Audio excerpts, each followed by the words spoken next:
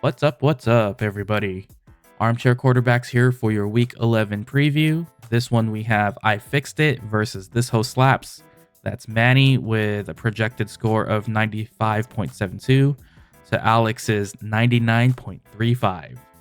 So let's take a look here at these starting rosters. Currently, as of Wednesday night, Manny has Prescott, CeeDee Lamb, Deontay Johnson, Joe Mixon, Rashad White, TJ Hawkinson, Jahan Dotson, Javonte Williams. Overall, I think a pretty strong starting team here.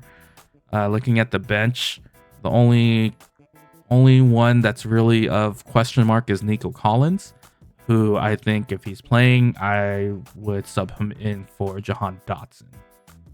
What are you seeing here with Manny's team for this week? For me, the Dallas stack right here with Dak Prescott and CeeDee Lamb.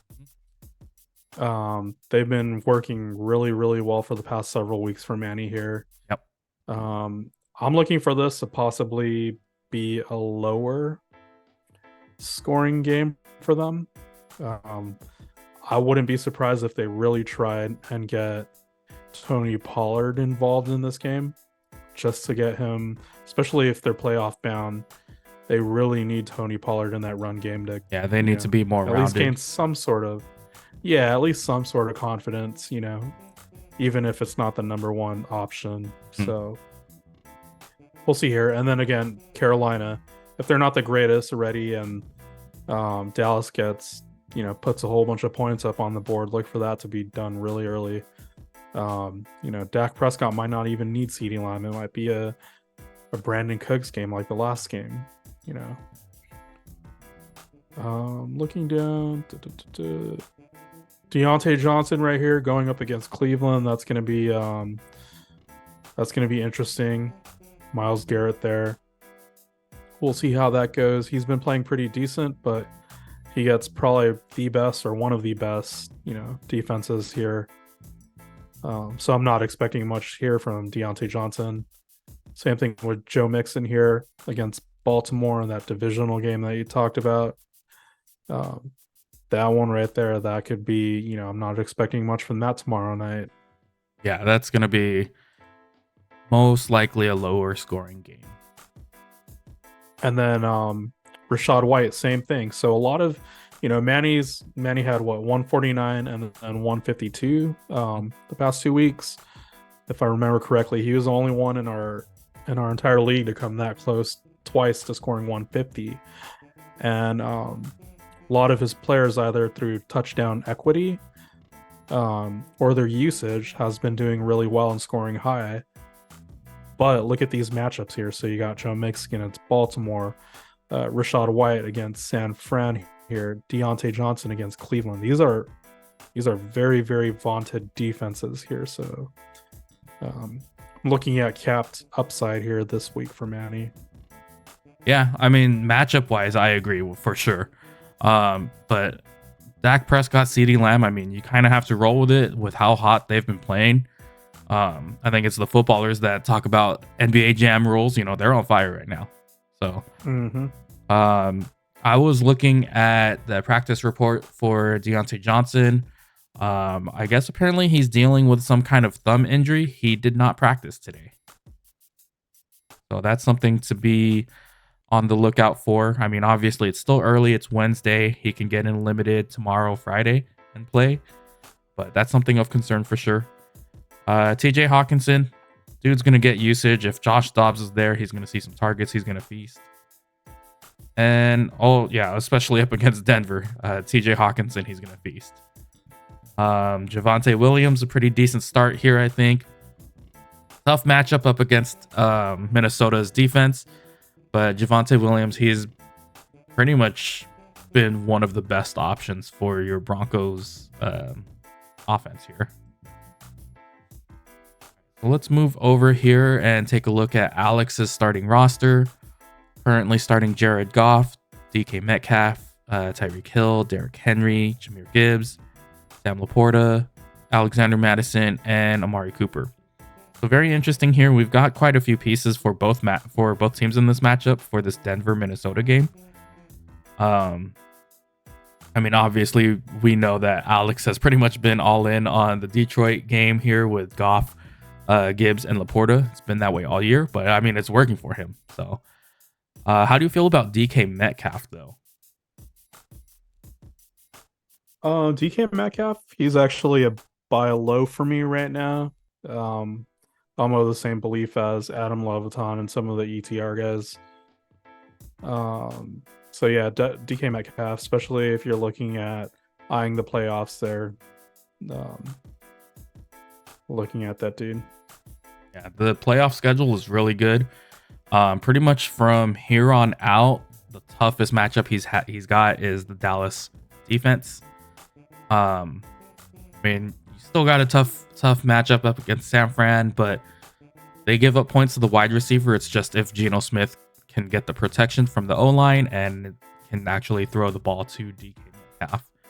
As of late, it's been spread around a little bit more between the three of them: DK Metcalf, Tyler Lockett, and JSN. So it'll be interesting for sure to see what the target share looks like.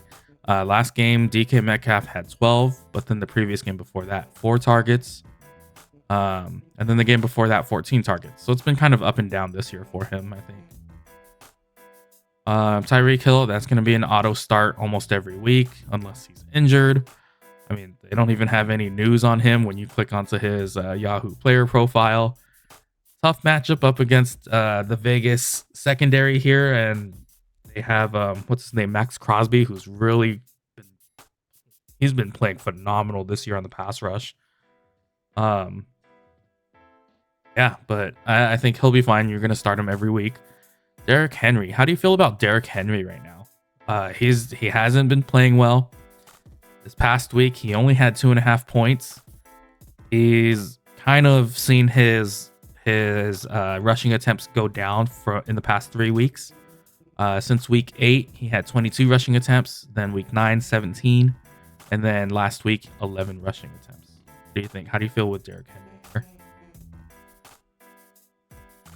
I look for him to be probably one of the surprise finishes. I think it was I forget if it was JJ Zacharyson or Justin Boone talking about him being their pick.